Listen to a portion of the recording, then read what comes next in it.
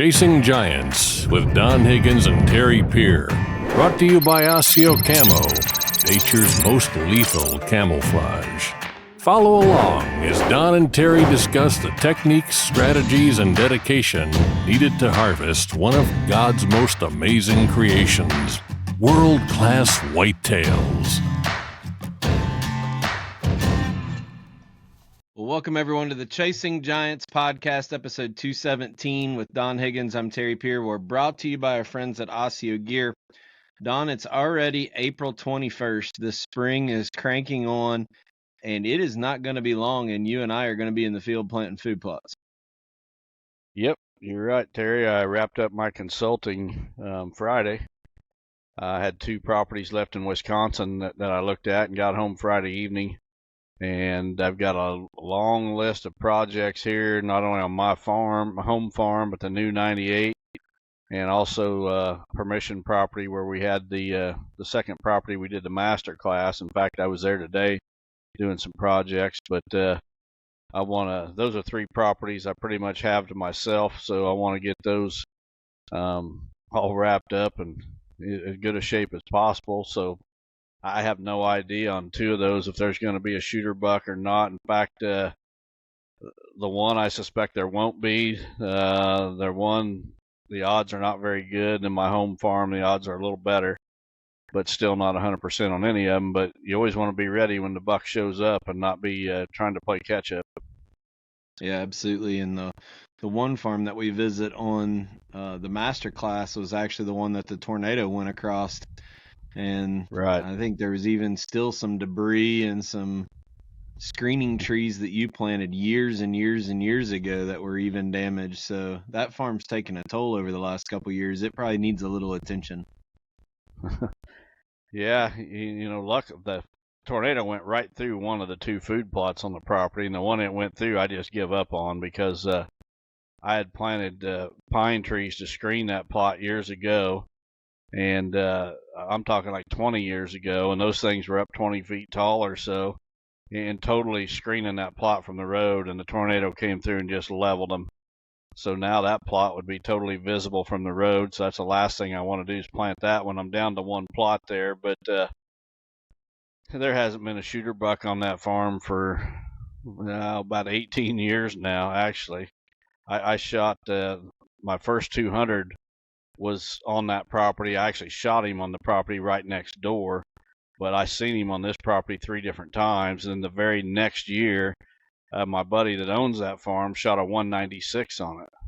And since then, there's been nothing good on that farm. So that would have been in 04s when I shot my buck, 05s when my buddy shot his. So actually, it's been 19 years now since there's been a shooter on that farm. But I keep going back and putting food plots in. I keep going back and maintaining tree stands, and I got a 360 blind there. I just keep hoping one day another one will show up. Yeah. Talk a little bit about, we had Austin out at your place this week and did a lot of work on the other 90. Talk a little bit about that. Yeah, he was at my place for 3 days. And, he did some TSI work on that new 98-acre farm. We also planted about 20 fruit trees on that farm, caged them, put mulch around them, and got quite a bit of stuff done. He also mulched a bunch of fruit trees here on my farm. I planted a new orchard of about 40 fruit trees earlier. Actually, Austin was here and helped me with those as well there a month or so ago. And we got those mulched and everything. So, if I just had about 3 or 4 good days with no rain, I could wrap up all my projects and be ready for food plots. But we just keep getting those rains every few days, and actually more like every 2 or 3 days. So things stay muddy enough I can't do a lot of the projects I want to do. Yeah, it's the same as it is here. We were supposed to have a beautiful week all week this week, and we ended up having a bunch of rain, even a flash flood at one point. I ended up having to take one of the excavators down in front of our store in Frankfurt at Cornerstone and moving a bunch of debris in front of the spillway because it was about to go up over our driveway. So that's how quick the water came up. So, I mean, it's just even since you guys were here turkey hunting last weekend, it's just been, it seems like you just get to the point that you can start to work and then you get another rainstorm. But I tell you what, the grass is absolutely hammering. I think we're mowing every 3 days, it seems like. Yeah, it's the same here. It's greening up in a hurry, and grass is growing, and boy, the turkeys are cutting loose on my farm. I didn't have them until last year for the first time, and today I was doing some projects on the home farm as well, and I heard at least a dozen gobbles. And I'm seeing turkeys on a very regular basis. Every couple days or so, I'm seeing turkeys. So when Is Austin was here, him and I seen a couple. So is that the first time that you've heard gobbling on your farm? Because last year it was just Jake's, right? well, it was just Jake's, but they were, I don't know if you'd call it a gobble. They were making noise. So Yeah, but not like you heard down here. I mean, it was real oh gobbles where no. they were going after it. No, I felt like I was in a turkey barn that first morning at your place. There was more gobbles than you could count. Yeah, There literally must have been 200 that morning. 200 gobbles, not 200 turkeys. Right, It's right. not that bad. Well, let's aside from Austin coming in, what is the must-dos for you to get ready before planting? So we know that as we get closer to planting, you're going to end up, spraying your residuals and your pre-emerge and a lot of that. Are you planning on putting more humic acid, or is there any other soil health stuff that you're going to be doing as we prepare? Yeah, there absolutely is. In fact, I've got either 3 or 4 plots that I'm going to divide in half, and I'm going to treat one half with the humic and also with Mike's Mighty Micros. And I'm going to, on those side-by-side trials, and I'm going to pull tissue samples from the plants on each side and see what kind of a difference it makes. And that's the only two things that are going to be different from one side of the plot to the other is the humic acid and the Mike's Mighty Micros. So we'll see what happens there. I got some Miscanthus I'd like to plant this week. I would really like to get all the plots sprayed this week, burned down. I've got a few that had deadly dozen in them last fall, so they've really greened back up, and they're getting 16, 18 inches tall. That rye and oats and such that's in that mix. So I'd like to get those sprayed, but I don't know if that's going to happen. Doing some tree stand work today. I had the chainsaws out cutting around some 360 blinds that are set back in pine trees. The pine branches are growing into the blinds, rubbing on the sides of them and such. So I cut those back, and I got about 3 stands I want to get up on the new 98. And then we got a couple other places where I want to put some stands. So if I had You know, about 3 or 4 good days, I could get a bunch done. well, you used to talk so much about, focusing on your consulting clients' properties more than your own and then getting behind on it. This is probably the first year I've fully been able to appreciate that because, I mean, when we're going like we do from January through March and mid-April, and I don't have time to do anything. I mean, it is absolutely not 1 hour of the day that isn't filled. I don't think people quite understand how busy we stay because there's so much time when we commit, excuse me, to being there for whatever a client needs, even if it's after the consulting visit, even after the next year. We're on the phone constantly with these clients going over and adapting, and that's one of the things we try to bring to the table. I had no appreciation to how far behind you can get your projects. So that's on Hmm. my list to do for this week. I got the sprayer actually hooked up and ready to go if we have the right weather. I'm also going to burn down this week, but yeah, I separated myself away from work and went and worked on an old Mustang all day today. And I tell you what, it was almost refreshing not to be in a hurry and just piddle. I don't get that opportunity much, but I Hmm. just took the day and blocked it out. It was kind of fun. Well, you need to do that every once in a while. I kind of did the same. I got some projects done today, but I didn't hit it too hard. And the thing that really has saved me this year as far as my projects on my own properties is Austin. He showed up for 3 days, and he was here for a day earlier about a month ago. And literally, he's doing 2 to 3 times what I would do in a day. So, one day for him is like 3 days for me. So him being here 3 days, that was like, 7 or 8 days worth of work that he got done.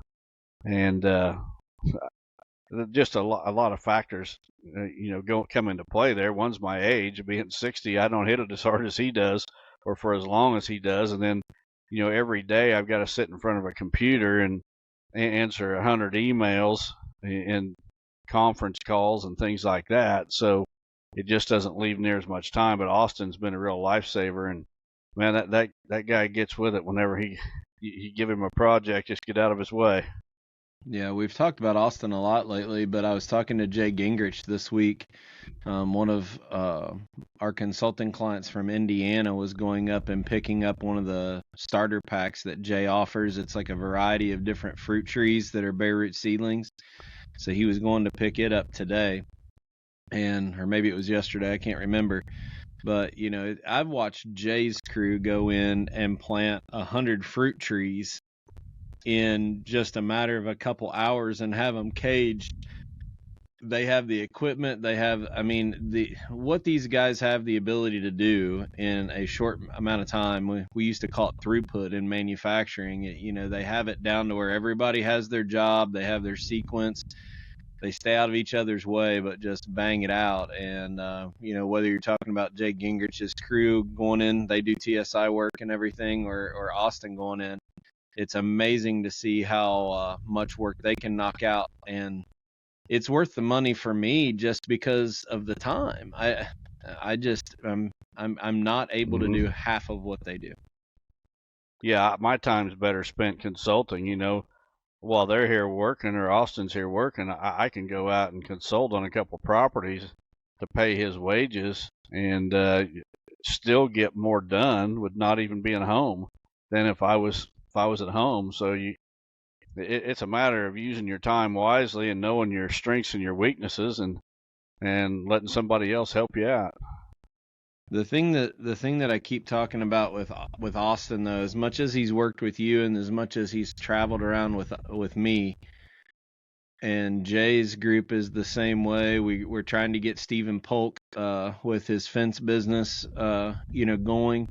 But they know how to read our plans, and they can look at our maps or our plan and read it and know exactly what we want, to where the letter of the law is basically followed to the exact point. So if you guys are interested in using these guys, you better already be on their list, because I think Jay is slam packed, Austin slam packed, but you better get on their list if you need something done.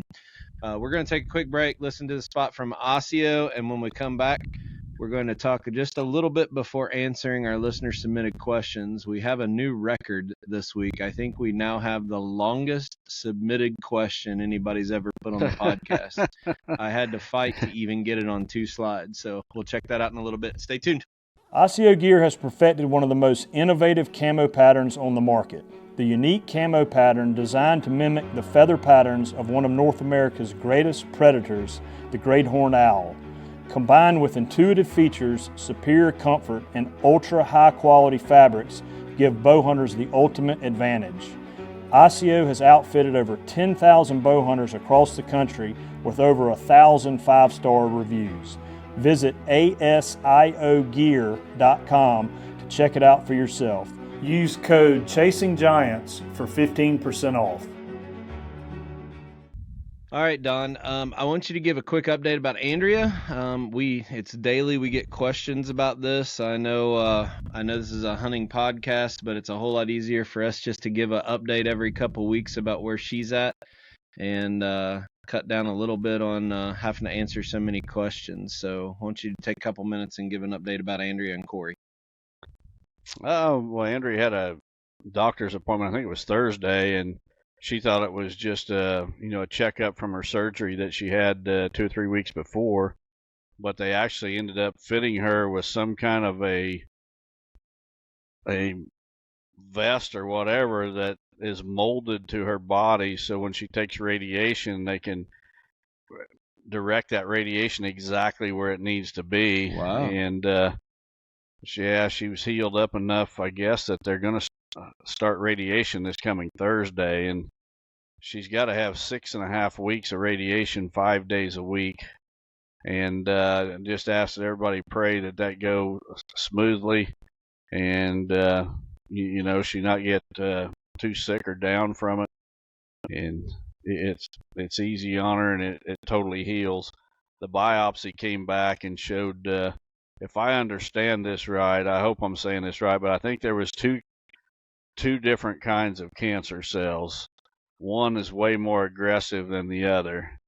And the doctor said it was good news, but not great news. The good news is the chemo seemed to have killed the more aggressive cancer cells.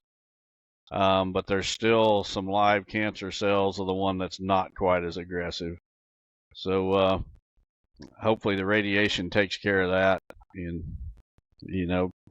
I'm hoping by midsummer she's through everything, and then at that point it's just recover and get better, as each day goes by.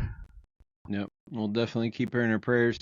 Thanks for those who have asked about my mom. She was back in the hospital this week for about 3.5, I think 4 days. So we appreciate the continued prayers for her. And unlike some people, she does not fix gumbo. We'll just clarify that before we move on.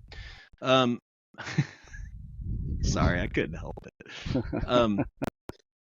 Quick update about Lester's feet. We were able to step in. Our friends Ray and Aiden Miller put us in touch with a family up in northern Ohio that lost an infant. Pretty bad situation this last week. We were able to cover the funeral expenses for that family who had lost an infant that was in a little bit of a bind financially. So keep that family in your prayers. I can't imagine the thought of losing a child at any point in time, but especially under those circumstances.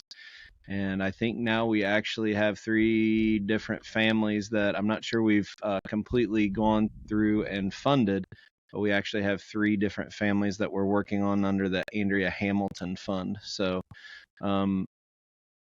this is going to sound really bad, but it's the honest truth, and I promise I'll always be honest with people about Lester's feet. We want to grow Lester's feet through the listeners of this podcast, not through a website. Because when we open it up to a website, all we do is end up with welfare cases wanting free handouts. So if you know somebody in your community, in your church or whatever that's hurting under either a family with breast cancer or a family with a sick child where there's a loss of income, get a hold of us. Send me a message. My contact info is on the Real World site. You can contact me through social media, but after a lot of prayer and a lot of thought, our attempt to automate and try to do this through a website is simply just opening the doors for people who want welfare. And that's not how we're going to spend the money of the people that's been donating and been good to us all this time. So keep us in your prayers, keep these families in your prayers, and of course, keep Andrea and my mom in your prayers. You got anything else before we go on to the next segment and answer some questions? Well, there's a couple notes from Real World we need to pass on. For the first time ever, we're going to sell out of our Gen 2 soybeans. And, we always look at last year's sales and we figure, a certain percentage for growth. And this year we didn't figure enough. And so we're going to sell out. It may be a month or so, but we're going to sell out at some point. If you want to plant Gen 2 soybeans this year, you need to get those ordered. Switchgrass, it's also looking like it's going to sell out this spring as well. Just giving everybody a fair warning. Don't wait. If you're planning on planting one of those 2 products, don't wait until the day before you're going to plant it and call the office and think you're going to have it shipped or stop by and pick it up, because at some point soon it's going to be out of both of those. So that's the 2 notes. Oh, also Chasing Giants hats, just like the one I got on. Back on my website, the website wasn't working for a while, and I didn't realize it. It showed the inventory as being out of stock, and it's not out of stock. So if you want one of these hats, just go to HigginsOutdoors.com, and you can order those there. Your hat's in a little bit better shape than mine. I guess I should have changed it before we videoed today. I was underneath a car all day, so mine's pretty nasty. Well, I had one like that, and I wore it out. It got so bad that and dirty that I threw it away and grabbed a new Osseo. Well, we're recording a little bit late because right before we started recording, my new Duramax from Chris Yates got delivered. So thanks, Chris Yates and Victory Chevrolet GMC. And Don has his. You've probably already got, what, 7,000 miles on yours already? Well, I hope Chris ain't listening, but I've already got 9,000 on mine, and I just picked it up. I picked it up February 26th. So it's not even been 2 months yet, and I've got 9,000 miles on it. Oh my goodness. Well, hopefully that'll slow down a little bit now that consulting season is over. Yeah, it should. All right, well, thanks to all the sponsors that keep it going. I know some people, I know this is a hunting podcast, but those guys are the ones that are paying the bills to keep this up and going, so we appreciate them. One more thing that you and I both noticed over the last 2 weeks is pH drills. You know, you sell them through Higgins Outdoors. I sell them through Cornerstone. If you don't have yours on order yet, you better call us right now. Some of them are a little bit longer lead times than others, and we got stock in other ones. So if you're wanting a drill this close to planting season, you need to have already got a hold of us. But I ordered, I think, 3 this week for people. So make sure that you're getting a hold of Don or myself if you want to get that done. Outside of that, let's move on to our first listener submitted question. And if anything else comes up, we can always circle back. Okay, this one comes from Brian Kohler from DeForest, Michigan, or Wisconsin. Says, hey, Don and Terry, love the podcast. Keep up the great work. My question is about planting Miscanthus in random pockets within switchgrass. How many rhizomes do you use to make one pocket? What shape do you plant them in? Straight line, horseshoe, V shape? How far apart do you like to plant these random pockets apart from each other? Brian, you pretty much answered the question right there. Everything that you listed applies. So I planted X's, I planted giant L shapes, T's. Those deer seem to like to bed in those corner pockets. So like if you would make a T, there would be 2 corners where the 2 lines come together. Just random little patches out in the middle of a switchgrass field. The deer will bed around the edge of those. A straight line of Miscanthus through the switchgrass. The deer will not only bed along that, but they will follow it out to the edge of the field. How many to use?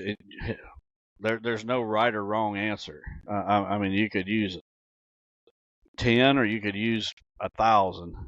It really doesn't matter. It just provides structure. It'd be like saying, how many Christmas trees should you throw in a farm pond? Well, there's a lot of variables. How big is the pond, and how many trees do you have at your disposal? And it's the same way with this Miscanthus in the switchgrass. I mean, how big is the switchgrass patch, and how creative do you want to get with it? I can tell you it absolutely works. Now, if you're just wanting to have random clumps of single clumps of Miscanthus out there, you need about between 100 and 200 rhizomes per acre. Then you just go in randomly and stick them in.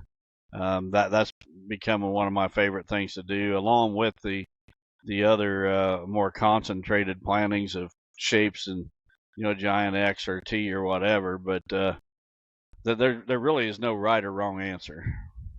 Yep. I know the one thing that people always wonder about is when they're putting the straight line through the Miscanthus, say they want to bring a deer funnel out towards a corner where they have a tree stand and they want to just direct that. Do they need to put 3 rows or 1 row? When you did yours at your place, you just did 1 row.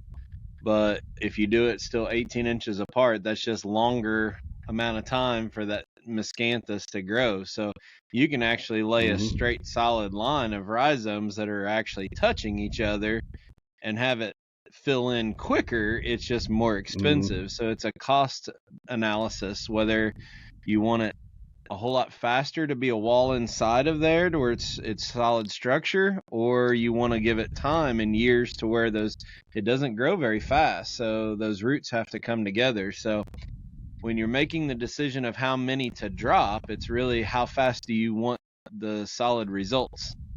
The more you plant, the quicker it's going to be. Yeah, something else I'll throw out there, Terry, is we've been getting a lot of questions.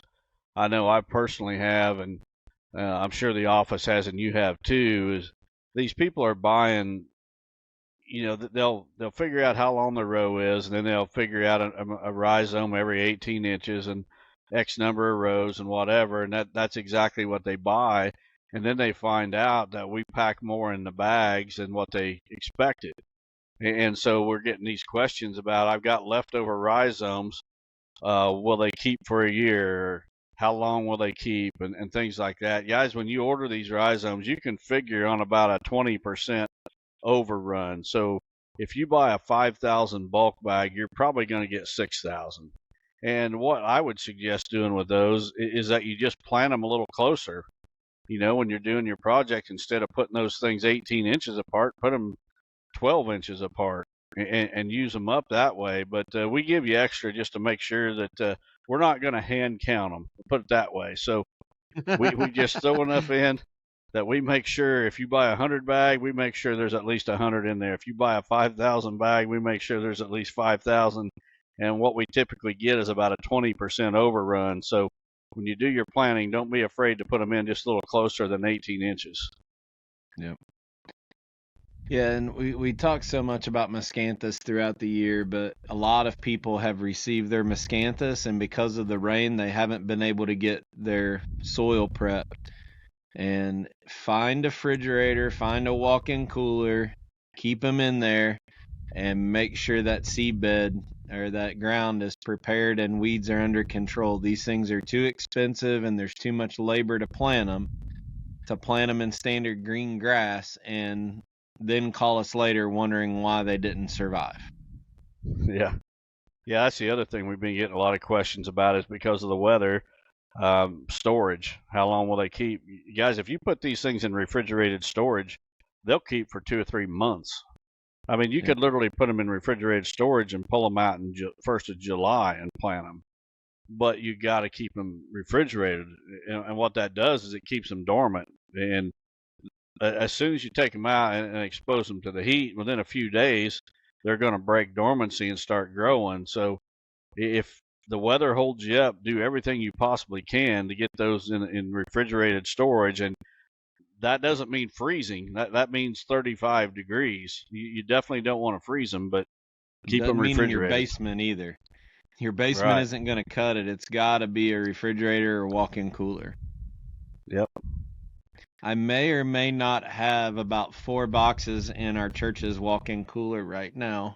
I don't know how many people at our church listen to our podcast, but yeah. Well, whatever it takes, that's better than putting them in your garage or your shed. Yeah. All right, next question. We'll put it up on the screen here for you.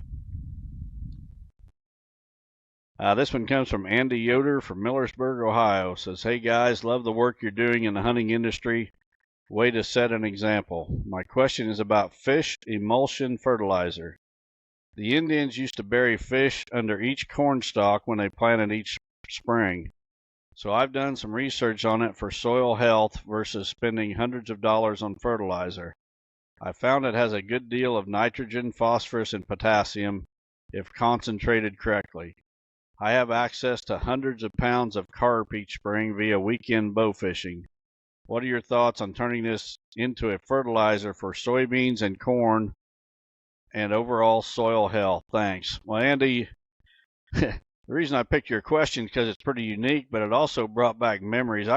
When I was a kid, I had a neighbor that was a fisherman, and he would bring his fish home, and fillet the fish, and then what was left of those fish, he would bury in his garden around his tomato plants. And I remember seeing him do that more than once, and apparently it worked because the guy always had a great garden too. But, first of all, hundreds of pounds of carp, even hundreds of pounds, I don't know how big a plot you're going to be able to fertilize with that. I'm a big proponent of all natural fertilizers, which fish would be. I would definitely utilize them, in your plot somehow if you can. I just don't know. It's going to be a very labor-intensive process, and I'm not 100% sure, how much benefit your plot's going to receive from it. Although I'm sure it will receive some. How would you what's the good way, the best way to chop it all up? That's what I'm thinking. How would you best scatter them carp, even if you had like a half an acre plot? How do you go about distributing those hundreds of pounds of carp? Do you chop them up and then throw the mush everywhere and disc it in, or what exactly do you do? That'd be one of a smelly job. I know a lot of people are using poultry manure, cow manure, hog manure. A lot of that is becoming a whole lot more popular, especially even the poultry manure being pelletized now, which makes it a whole lot easier to handle. I think that's getting It's very expensive, but very expensive. But you and I are all for organic and natural fertilizers, though. It's just I'm not sure you would attract every bird from 3 miles away if you had a whole bunch of carp laying out on the field rotting away. Yeah. You'd have more buzzards than you could count. Your buzzards may take care of your food plot, but well, maybe that's it. Maybe you put the fish out there for the birds and let the birds crap on your food plot. It's like the circle of life. Yeah, it might work. I don't know. I think I'll stick with other forms of fertilizer instead of fish, but I do think it would provide some benefit to the soil, but I just don't know the best way to incorporate that. Well, while we're talking about food plots, I got a question for everybody. I bought a new no-till corn planter from Clint Cross over in Indiana, and he's going to be coming and delivering this. And if you guys, meaning our Chasing Giants listeners, want to see basically a walkthrough of a corn planter, how it works, how to maintenance it, I can get Steve Shields down and we can actually film a little segment with that. So if you like that idea or you're interested in that, leave a comment down below and we'll make arrangements for people's schedules when Clint brings that corn planter down.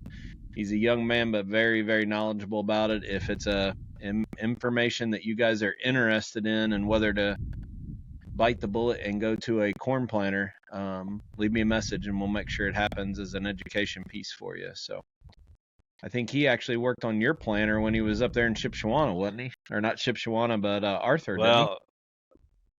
Yeah, he came to the dealer event, and I think, is that what he was here for? Yeah, it was the dealer event. Yep. And he came and done some maintenance work on my John Deere 7000 planter. Yeah. So if you're interested in that, leave a comment and we'll make it happen for you. Ray Miller, different Ray Miller, I believe. Yeah. This is the one. This is the one and only Ray Miller? I shouldn't say the one and only, but Burton, Ohio, it's got to be our buddy. Yeah, I actually talked to Ray and Aiden this week. I did too. Yeah. He says, hi, Don and Terry. Did you? Yeah. It's always a pleasure to talk to them, those two. And they actually invited me up walleye fishing on Lake Erie. And yeah, you texted me about that. And before you read this question, share with everybody kind of what you told me. I thought that was kind of cool. Well, about the turkey hunt and what it did. Yeah. So basically, when I was young, I hunted and fished and trapped for everything there was a season for. I don't care. I trapped for mink and muskrats and coons and coyotes, and I hunted every variety of small game there was, from doves to squirrels to pheasants to rabbits. Hunted deer. I just did it all. Fished. I ran trout lines for catfish. Just everything. Frog gigging. I chased bullfrogs. If there was a season for it, I was doing it. And then the whitetail bug bit me, and I kind of dropped everything. by the time I was in my early 20s, I was done with everything except deer, and then it was just bow hunting for big bucks. But the last week's turkey hunt was about the first time that I've done anything. Well, I went out west on a few big game hunts for elk and things like that. I went on that moose hunt in Alaska, but for the most part, it's been just whitetails. And then I went on that turkey hunt last week, and it got me to thinking about some things I want to do. And there's just a list of things I want to trap a bobcat on my home farm. We got bobcats here now that we didn't have, when I was younger. So I want to trap a bobcat on my home farm. I'd like to really, probably my number one thing I would really like to do more than any of it is I'd like to go on a Northwoods trap line up in, like, I'm talking northern Canada. Run a trap line with a trapper for about a week, a real serious trapper. That'd be awesome. Yeah, just bring back some hides to tan and hang in my room. But I'm talking things like lynx and martins and fisher and things like that we don't have around here. And I don't want to just show up for a day and run the traps with the guy. I mean, I want to be there when the traps are set and then come back for several days checking them, stay in a cabin, maybe do it on a snowmobile or whatever. And that's probably my number one desire is that. But also, I had so much fun with Joe and Al and you and, last weekend that I want to do some fishing. I'll never be a serious fisherman. I'll never go, more than a handful of times in a year. But going fishing, I think it's the people that I'm going to be doing some of these things with as much as anything. And, and Ray and Aiden invited me up to go walleye fishing on Lake Erie, and they told me to bring you along and Al and Joe, and that just sounds like a bunch of fun, whether we catch any fish or not. So I'd like to add that to my bucket list. But my bucket list is starting to grow. I want to kill a turkey on my home farm now. Just some different things that it's like I went through the older I get, I'm regressing to my younger years when I wanted to do everything. And the whitetails took up that big section in the middle of my life where they just dominated. But as I get towards the end, it's almost like it was at the beginning. I've got my interest is growing into a whole lot of different things. Well, I think you said something last week about, you used to take pride in all you did was turkey hunt or deer hunt. But I think back to that, I don't know if it was an article. I think it was an article, but like the big buck serial killers and the traits of them. And you mentioned in that you're a loner. So much of your hunting past has been by yourself. And when you're doing what we're doing, you really can't have true hunt camp where you go out with the boys. I mean, you can have very, people that you share stuff with, but it's really a solo sport. And that's what I liked about last weekend. It was, having a house to ourselves where all the guys sat around for a while and talked, and get up, eat breakfast, sip on coffee, then go back. And that's the kind of stuff that I think is fun throughout the year, but not losing focus that when it's time to kill big bucks, it's back to normal. But I'm really surprised that you're willing to get on a boat, though. Well, it's a big boat, and I'll probably have 3 life jackets on when you see me in that boat. I might even have floaties on my legs, probably from my ankles clear up to my thighs. I'll have 6 floaties on each leg, 3 on each arm, and 2 life jackets on. Maybe even have a floaty around my head. If we go fishing in the summer, are you wearing shorts? No, I won't be wearing shorts. I would probably scare the fish away with the sun reflecting off my legs. All right, let's get back to Ray's question here. I'm gonna guess Ray, Aiden, and I will have pants on like real men, and the rest of you sissies can be wearing shorts. So Ray says, "Hi, Don and Terry. Don, is there something out there that can be planted on trails with a good root system where one can drive tractors and bikes on it, but is not an attractant to deer? Aiden and I have a few of these situations behind our blinds where a trail leads to our plot, and we don't want deer in these areas, so we just left it in bare dirt and didn't plant anything, but seems to just turn to mud and is a mess. Thank you for all you guys do, as well as your friendship. God bless, Ray. Ray, the perfect thing for you to plant is fescue. Fescue grass, they use it in waterways, to stop erosion. Very dense root system.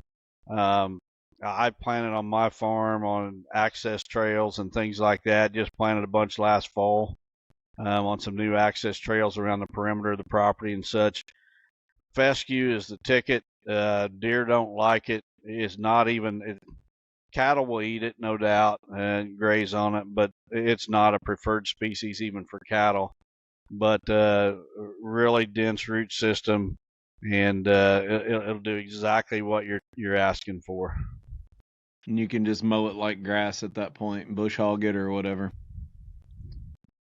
Yeah, absolutely. I mean, there's a lot of lawn mixes that have different fescues in it. You're going to want to use, I think it's Kentucky 31 fescue.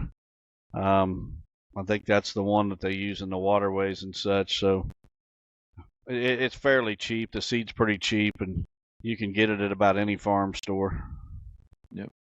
All right, good question, Ray. Thanks, buddy. All right, here is the new all-time record for the longest question ever submitted. This is page 1 of the question. I'm going to go ahead and go use the bathroom, and when I get back, you'll maybe be at the end of it. Well, if you come back about Monday, we'll be ready. But you're going to see, folks, why, when I start reading this, you're going to see why I picked this question.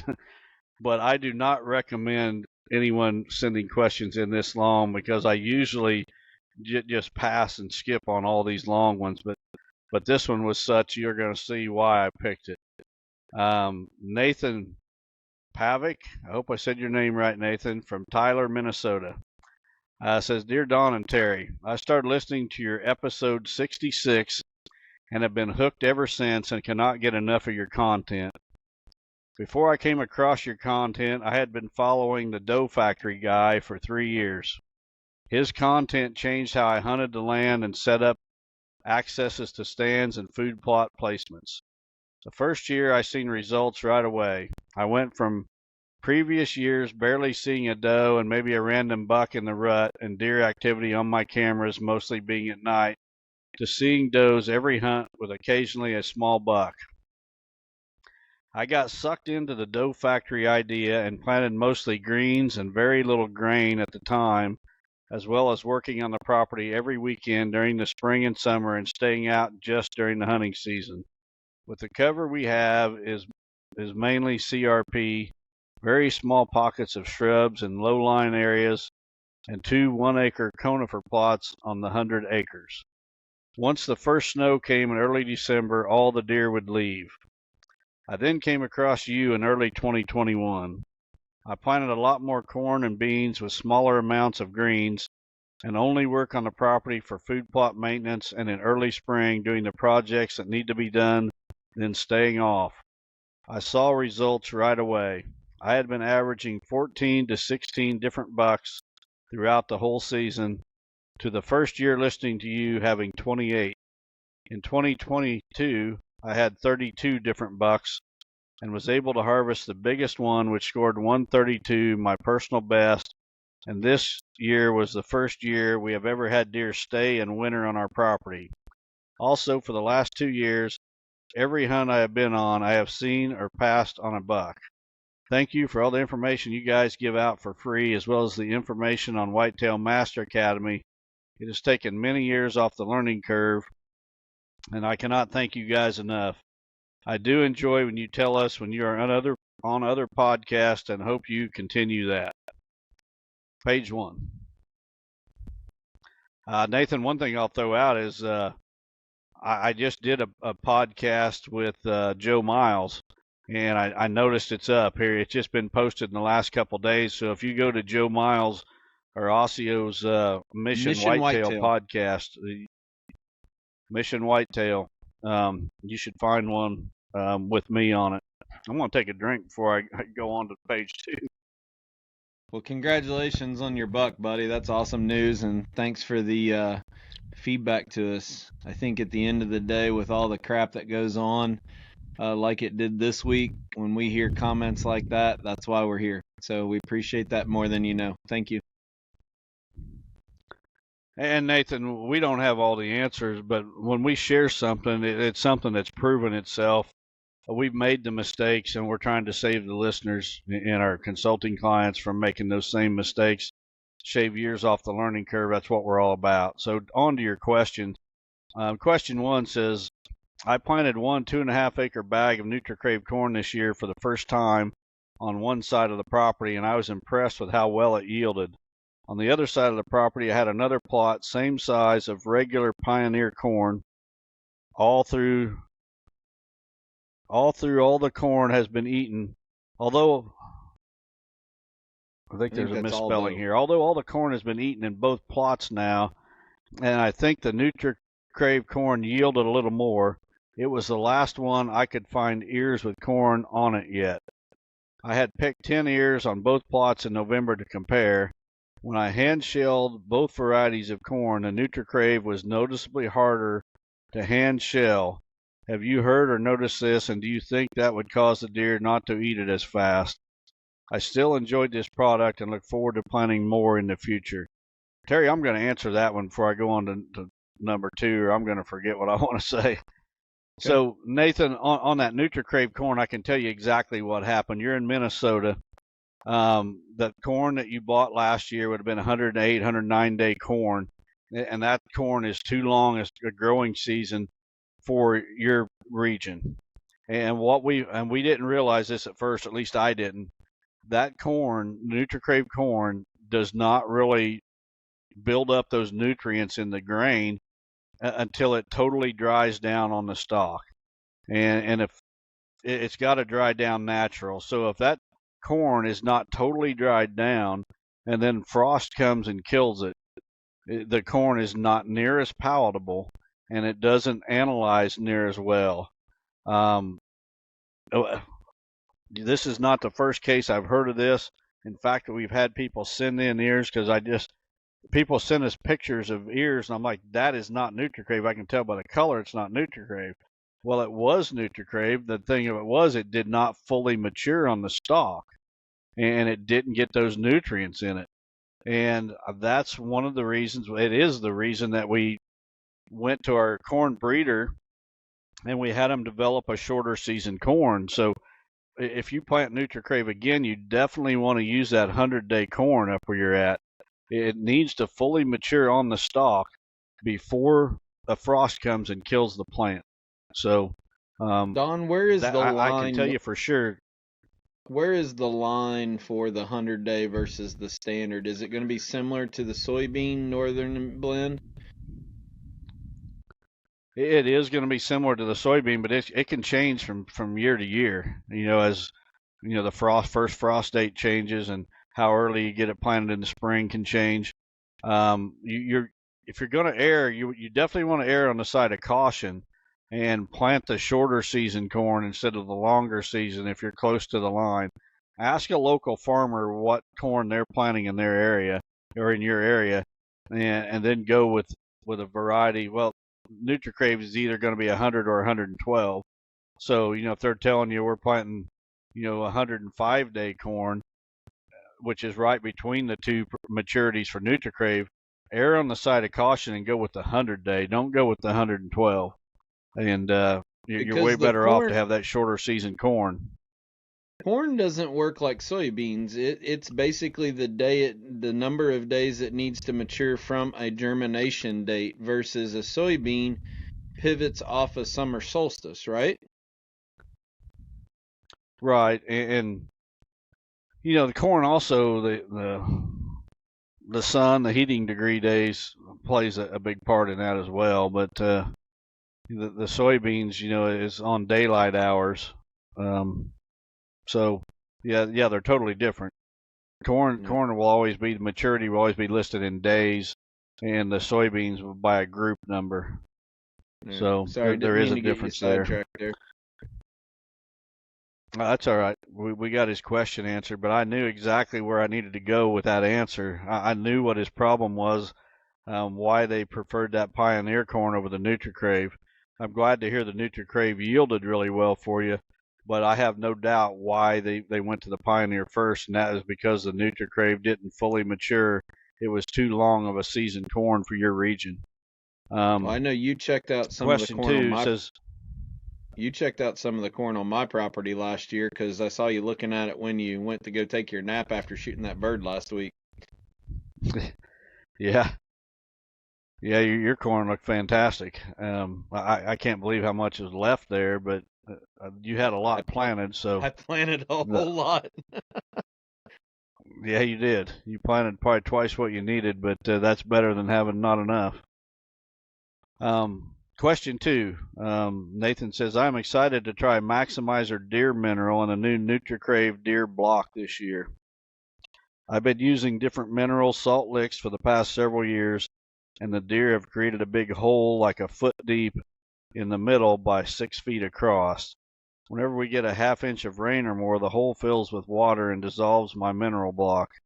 Would you continue putting blocks here or start a new spot nearby? I also considered putting a milk crate or something that would keep the block above the water to keep it from dissolving so fast. What's your thoughts on that? I send prayers for both your families. P.S. I do miss the old days when Don's air compressor would kick on mid-podcast. It is awesome to see how far it has. Looking forward to where you guys will take it next. So with the blocks, you don't want to put those blocks in your lick. Those blocks are not a mineral type block. They are more of a feed type block. They've got mineral in them, no doubt, but you don't want them in water whatsoever. You want them on a stump or someplace dry. The deer consume them fairly quick if they can find them. If they find them fairly quick, and it shouldn't be an issue. But you definitely don't want the NutriCrave blocks in standing water. The mineral, on the other hand, it's that standing water in that mineral lick. I guarantee you the deer just love it. I guarantee they come and drink it. They get minerals out of the water because that water dissolves them. So I would continue to just pour the mineral right in that lick, even if it holds water. But you definitely do not want to have those blocks in a spot like that. Yeah, I think that there's still some people that don't understand that this is a feed block that's meant to be eaten, not a not a compressed granular mineral block. This is a feed block. It's an attractant. It's great for trail cameras. We're getting ready to, won't be long, be trail camera season. Get the pictures of those velvet bucks. It'd be perfect for taking out and putting along a field edge in front of your trail camera to get those bucks to find it and stop there and feed on it so you can get some good pictures of them. If you're living a bait state, they'd be fantastic for putting in front of your stands or blinds. There is mineral in it. There's Expect Healthy Deer technology in it, and there's also the NutriCrave corn in it. So besides just being an attractant block, there are some health benefits and also the minerals as well for antler growth. Yep. All right, we'll put up the last question of the night. It should be ready to read right now. This one comes from Jeff Morris from Loma Linda, Missouri. Never heard of that town. Says, hey, Don and Terry, I appreciate the podcast and what y'all stand for. I'm 36 years old and have begun investing in recreational farms over the last couple years. I would much prefer to have my hard-earned money tied up in an asset that God isn't making any more of than to trust the government from an investment standpoint. I have never heard you guys discuss the investment side of owning hunting ground other than the fact that you flip properties. I am closing on a 60-acre patch of timber in southwest Missouri at the end of this month, and it is a blank canvas. The previous owner has done absolutely nothing to it for the last 22 years of owning it. In your opinion, what are the top 3 improvements that can be made to any property that improves its saleability?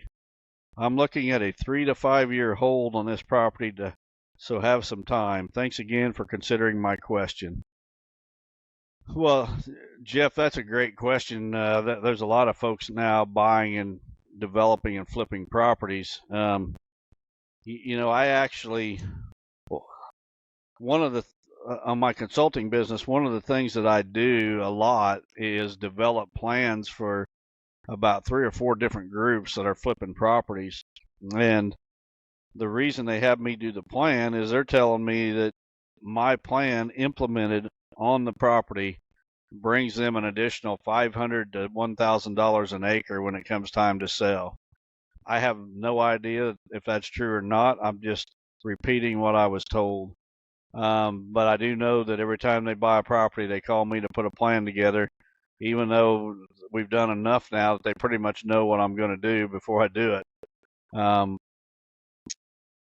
As far as the projects that you want to be doing to help the saleability, well, the first thing actually starts before you buy the property. You got to buy that property right.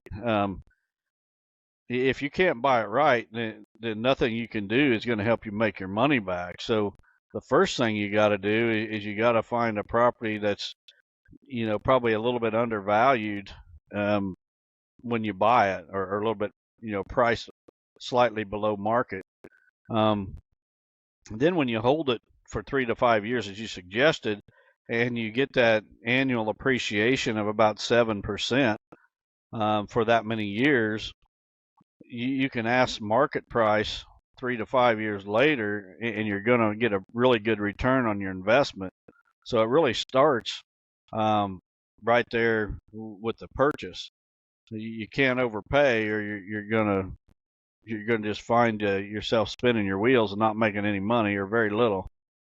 Another good access. I mean, if you buy a property and it doesn't have good access, I think creating access paths or roads, not through the heart of the property, but strategically placed so that you can more effectively hunt the property. I think that's huge.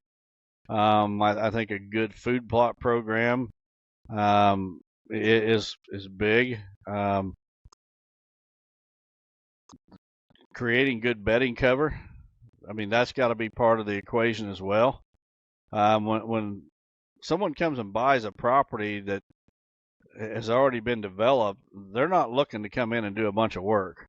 They want the deer already there. So you got to have the bedding cover to have the deer already there. You need to be feeding those deer. I think having blinds in place is something that we do on the properties that we buy and flip in Ohio. Is when somebody buys one of our properties, they could go hunting the day that they close on it. The blind's already there. The food plot's already there. We maintain them as if we were going to keep them forever. When it's time to plant the food plots, we plant the food plots. We've got in Ohio where it's legal, we've got the mineral licks out. It's ready to go. We got feeders on those properties in Ohio, so they're ready to roll when the new buyer shows up. He doesn't have to do a thing except climb in a blind or climb in a stand and start hunting. So I think having everything done so that you can appeal to those buyers who don't have the time. So let's think about this. Who wants to buy a property that's already set up? A lot of deer hunters, that are not wealthy, they're looking to buy a cheap property, and they're willing to invest the sweat equity in that property to make it huntable.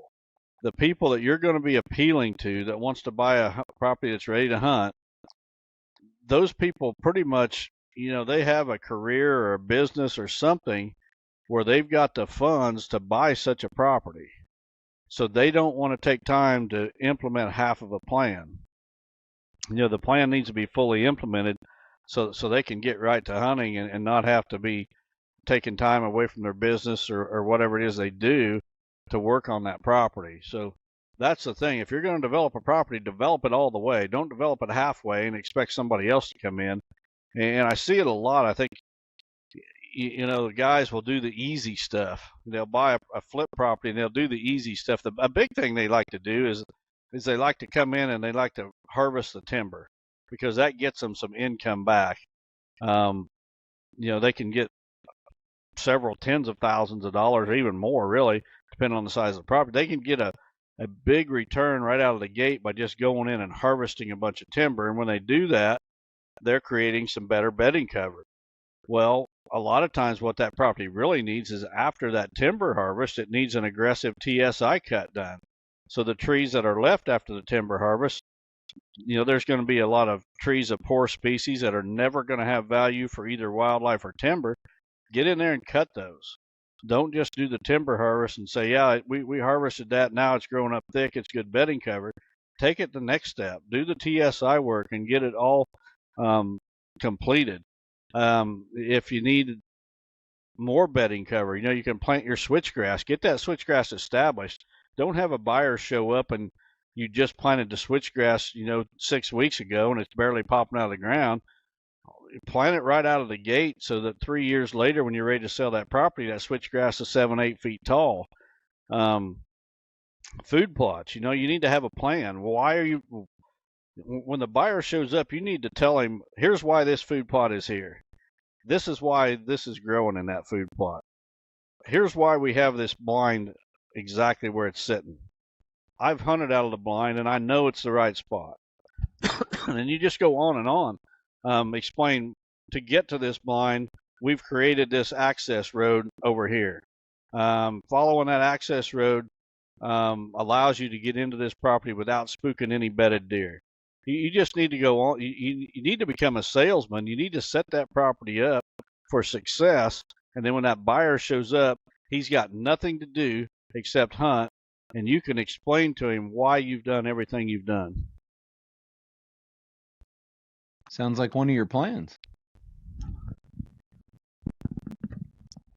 Yeah, I probably gave away too much there. Somebody will make a YouTube video about it this week and get 10 million views and probably slam me in the process. Well, with the question that he had, you and I didn't plan this, and if we decide not to air this, I'll edit it out. But I want to take this opportunity as we close out the podcast, since this was more of a flipping property and investing in land. I want to take this opportunity to talk a little bit about one of the sponsors that helped get us started, and that's buyafarm.com. And they were if people remember, they were the ones that basically funded this podcast to get started. And were our feature sponsor for, I believe, the whole first season until Osseo took that spot. And the situation, we don't change sponsors a lot, and we don't just jump ship. But the business at Buy a Farm is just not to the point where they have people that can get on this podcast and do a property of the week like they used to. We didn't feel it was right to charge them for the ad space when they weren't able to get that done to us. It's super great people, and we appreciate everything they've done, but we are going to be, they're not going to be an official partner of the podcast anymore, but they were the ones that got us started, and I wanted to take just a minute and really thank them for that. Yeah, the folks at Buy a Farm have been fantastic to us. Most folks know that I had my real estate license, and I was working under one of the owners of Buy a Farm with my license. I'm actually giving up my license. It expires this month at the end of April, and I'm not going to renew it. I just got way too many irons in the fire, and that's one of the things I'm giving up.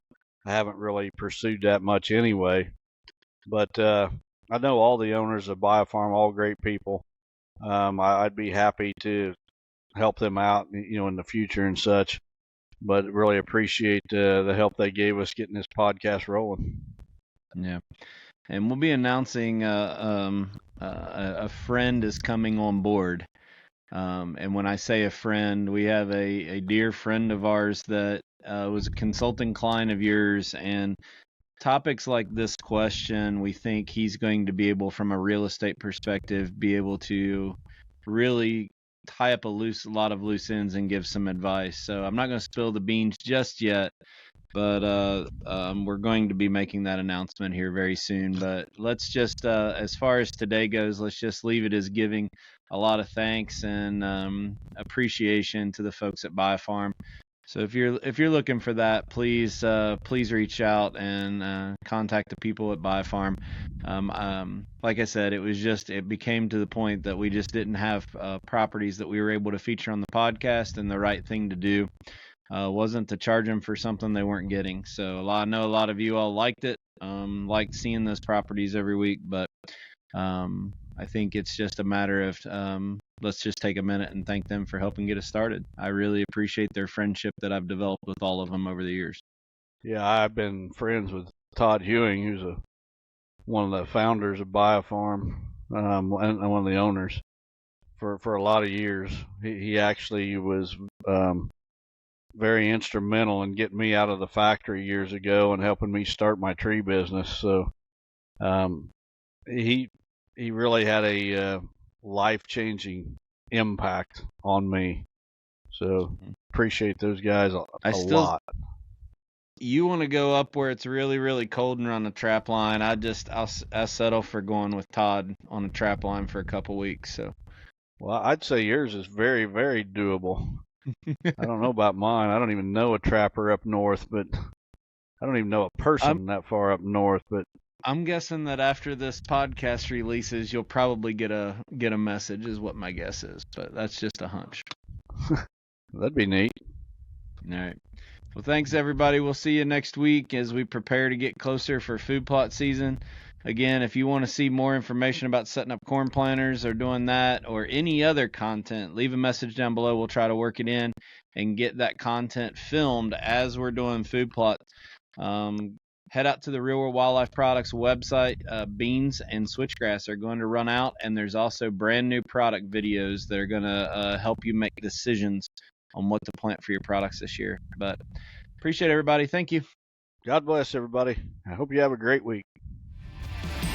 Chasing Giants has been brought to you by Osseo Camo, BioFarm Real Estate Company, 360 Hunting Blinds, Victory Chevrolet, Real World Wildlife Products, Matthews Archery, Novix Tree Stands, Gingerich Tree Farm, WildlifeFarming.com, Quiet Cat, and Vortex Optics. Thanks for listening, and tune in next week for another episode of Chasing Giants.